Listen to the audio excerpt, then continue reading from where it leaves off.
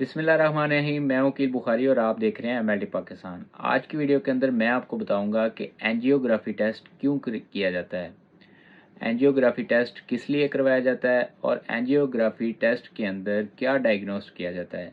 आज की इस छोटी सी वीडियो में आपको कंप्लीट डिटेल बताने की कोशिश करूंगा। वीडियो को एंड तक लाजमी देखिएगा। चैनल पर अगर आप नए हैं तो लाजमी सब्सक्राइब कर लीजिए ताकि आने वाले दिनों में लेटेस्ट इन्फॉर्मेशन आप तक ईज़िली पहुँच सके।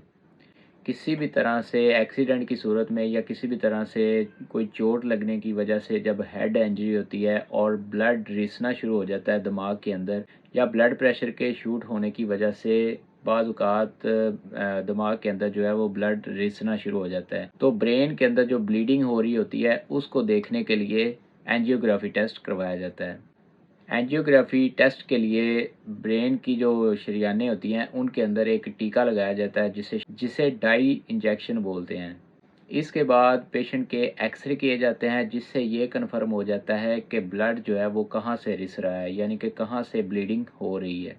एंजियोग्राफी के दौरान बाज़ औक़ात पेशेंट की ब्लीडिंग को रोका भी जा सकता है, यानी कि जहाँ पे ये इंजेक्शन लगता है वहाँ पे ये इंजेक्शन ब्लीडिंग को स्टॉप भी कर देता है और क्लॉट बन जाता है।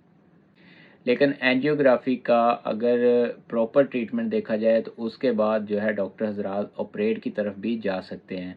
अगर वो मसला वहाँ पे क्लियर नहीं हो रहा एंजियोग्राफी के थ्रू तो उसके बाद डॉक्टर हजरात ऑपरेट करवाते हैं। चैनल पे अगर आप नए हैं तो चैनल को लाजमी सब्सक्राइब कीजिए। अपना ढेर सारा ख्याल रखिएगा। Take care.